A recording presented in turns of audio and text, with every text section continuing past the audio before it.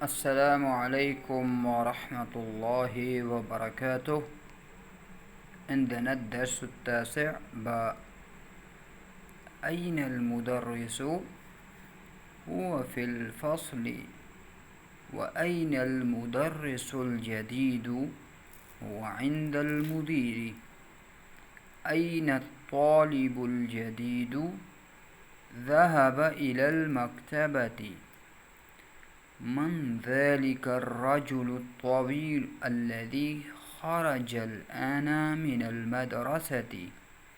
هو المدير الجديد.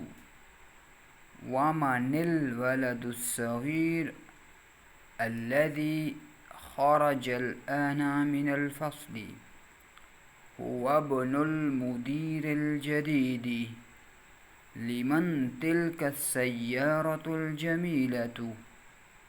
هي للمدير الجديد. لمن هذا الكتاب الكبير؟ أهو للمدرس؟ لا، هو للطالب الجديد. أين الملعقة الصغيرة؟ هي في الكوب. أين الكرسي المكسور؟ هو هناك.